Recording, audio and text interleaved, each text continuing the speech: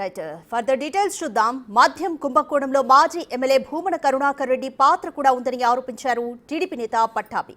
తిరుపతిలో తండ్రి కొడుకుల అరాచకాలు ఎక్కువయ్యాయన్నారు. స్వర్ణముఖి నది వద్ద భూ కబ్జా, టీడీఆర్ బాండ్ల కేసులో తండ్రి కొడుకులు ఇద్దరూ జైలు పాలవుతారని అంటున్న పట్టాభితో మా ప్రతినిధి Damodar face to face. YSRCP దళిత యువకుడిపై దాడి చేసిన దానికి సంబంధించి తీవ్ర స్థాయిలో విరుచుకుపడ్డారు టీడీపీ జాతీయ అధికార ప్రతినిధి పట్టాభి. ముఖ్యంగా అధికారం కోల్పోయి ఏడాది అయినప్పటికీ ఇప్పటికీ వైఎస్ఆర్సీపీ నేత భూమన్, అతని కుమారుడు పెద్ద ఎత్తున ఆ అక్రమ దందాలకు, అరాచకాలకు ఆధ్యాత్మిక నగరంలో పాల్పడుతున్నాడని ఆయన అంటున్నారు. ప్రస్తుతం మనతో ఆయన ఉన్నారు. ఆయన అడిగి మరిన్ని విషయాలు తెలుసుకున్నాం. సార్ చెప్పండి, మీరు అధికారంలో ఉన్నప్పుడు ఇంకా వారు దాడులు చేస్తున్నారని మీరు చెప్పడం ఎంతవరకు సమంజసం అనుకుంటున్నారు?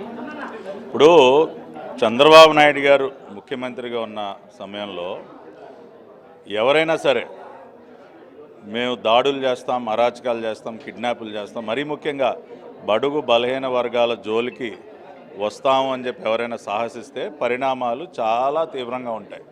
ఇప్పటికే మీరు చూస్తారు, తిరుపతిలో భూమన అభినయ్ రెడ్డి అనుచరులైనటువంటి అనిల్ రెడ్డి, జగ్గారెడ్డి, దినేష్ వీరందరూ కూడా పవన్ అనే దళిత బిడ్డని కిడ్నాప్ చేసి చిత్రహింసలు గురి చేసిన పరిస్థితి ఏర్పడిన సందర్భంలో ఇమ్మీడియట్గా ఈ ప్రభుత్వం స్పందించి, ముఖ్యమంత్రి గారు స్పందించారు, నారా లోకేష్ గారు స్పందించారు, హోమ్ మినిస్టర్ గారు అందరూ స్పందించి పోలీసులకి తగిన ఇన్స్ట్రక్షన్స్ ఇవ్వడంతో పాటు ఇమ్మీడియట్గా వారిని అదుపులోకి తీసుకోవటం, ఆ దళిత బిడ్డని రక్షించడం, కేసులు స్ట్రాంగ్గా ఫైల్ చేయటం, ఇవన్నీ కూడా జరిగాయి.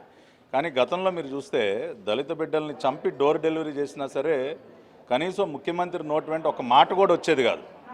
అంటే అంత దారుణంగా ఉండేవి గతంలో పరిస్థితులు. కానీ ఈ రోజున చంద్రబాబు నాయుడు గారి హయాంలో ఎవరైనా సరే బలహీన వర్గాలకి జోలికి వెళితే తాట తీస్తామనే విధంగా ఇవాళ ప్రభుత్వం చర్యలు తీసుకుంటోంది.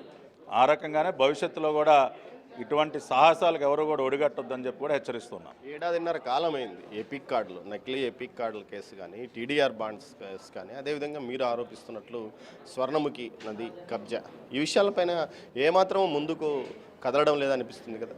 ఇప్పుడు స్వర్ణముఖి నది కబ్జా విషయానికి వస్తే ఇప్పటికే ఎంక్వైరీ ఆదేశించాం. ఎంక్వైరీలో నిర్ధారణ కూడా జరిగింది. రెవెన్యూ మినిస్టర్ గారు స్పందించారు.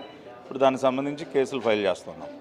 అదేవిధంగా దొంగ ఓటర్ ఐడి కార్డులకు సంబంధించి ఎలక్షన్ కమిషన్ యొక్క ఎంక్వైరీ పూర్తయింది. ఆఫీసర్స్ పైన చర్యలు తీసుకున్నాం. ఆఫీసర్స్ వెనక ఉండి నడిపించిన వ్యక్తులకు సంబంధించి ఇప్పుడు దానిపైన చర్యలు ప్రారంభమవుతున్నాయి. టీడీఆర్ బాండ్ సంబంధించి విజిలెన్స్ ఎంక్వైరీ వేసాం. వాళ్ళ ఎంక్వైరీ పూర్తయి నివేదిక ప్రభుత్వానికి సమర్పించడం జరిగింది. ఈ సంవత్సర కాలంలో ఏవైతే అక్రమాలు జరిగాయో వాటి అన్నిటిపైన కూడా ఎంక్వైరీలు ఆదేశించడం జరిగింది. వాళ్ళు ఎంక్వైరీలు పూర్తి చేసి వాళ్ళ రిపోర్ట్ సబ్మిట్ చేసే స్టేజ్కి వచ్చాం. ఇవాళ తేడా ఒకటి గమనించాలండి. గత ప్రభుత్వంలాగా మేము కక్ష సాధింపు ధోరణితో ఎవరిపైన పడితే వాళ్ళపైన కేసులు పెట్టేసి వాళ్ళని రాత్రి అరెస్టులు చేసి ఈడ్చుకెళ్లే పరిస్థితి ఈ ప్రభుత్వంలో ఉండదు. ఎందుకంటే మేము ఏదైనా డెమోక్రాటిక్ వేలో with in the legal frame work మేము చర్యలు చేపడుతున్నప్పుడు కొంత సమయం పడుతుంది. ఎందుకంటే మనం ఒక యాక్షన్ ఎవరిపైన ఇనిషియేట్ చేసినప్పుడు దానికి కొంత ఎవిడెన్సెస్ ఉండాలి. దానికి సంబంధించినటువంటి పేపర్ వర్క్ కానీ లీగల్ ఫ్రేమ్ వర్క్లో కొన్ని ఏవైతే మనం పాటించాల్సిన అంశాలు ఉన్నాయో అవన్నీ కూడా పాటించాలి. కాబట్టి కొంత సమయం పడుతున్నమాట వాస్తవమే. కానీ చర్యలు అయితే మాత్రం కఠినంగా ఉంటాయి, ఖచ్చితంగా ఉంటాయి. మీరు తాజాగా మరో బాంబు పేల్చారు. ఏదైతే మద్యం కుంభకోణంలో, మద్యం సిట్టుకు సంబంధించి కుంభకోణంలో కూడా భూమన యొక్క పాత్ర ఉందంటూ చెప్పుకొచ్చారు. ఇప్పుడు మద్యం కుంభకోణంలో ఏనైనగా ఉన్నటువంటి తూకేకుల కిరణ్ కుమార్ రెడ్డి, అతని తండ్రి బాలసుబ్రహ్మణ్య రెడ్డి ఎవరైతే ఉన్నారో బాలసుబ్రహ్మణ్య రెడ్డికి భూమన కరుణాకర్ రెడ్డికి ఉన్నటువంటి ఆ సంబంధాలు, ఆ వ్యవహారాలకు సంబంధించి సిట్టు దర్యాప్తు ప్రారంభించింది. ఇవాళ అందుకనే నేను చెప్తా ఉన్నాను, ఇవాళ నేను దానిపైన పూర్తి స్థాయిలో నేను ఇప్పుడు మాట్లాడట్లేదు. ఫర్దర్ ఎవిడెన్స్ గ్యాదర్ చేసి విడిగా దాని గురించి మాట్లాడతానని చెప్పింది కూడా అందుకే.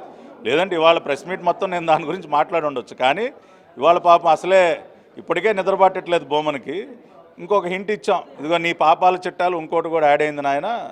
ఇవాళ లిక్కర్ స్కామ్కి సంబంధించి కూడా నీ పాత్రకి సంబంధించి ఇప్పుడిప్పుడే కొన్ని ఆధారాలు బయటకు వస్తున్నాయి. పూర్తిగా అవన్నీ సేకరించి మళ్ళీ తిరుపతి పట్టణంలో ఈ భూమన కరుణాకర్ రెడ్డి యొక్క లిక్కర్ స్కామ్ పాపానికి సంబంధించి కూడా మరిన్ని వాస్తవాలు బయటపడతానని చెప్పింది కూడా అందుకే. తాజాగా జరుగుతున్న పరిణామాల్లో వారికి ఖచ్చితంగా చెక్ పెడతాం, మద్యం కుంభకోణంలో సైతం వీరి పాత్ర ఉందని ఏదైతే పట్టాభి అంటున్నారు. కెమెరా పర్సన్ పురుషోత్తంతో దామోదర్, తిరుపతి నుంచి.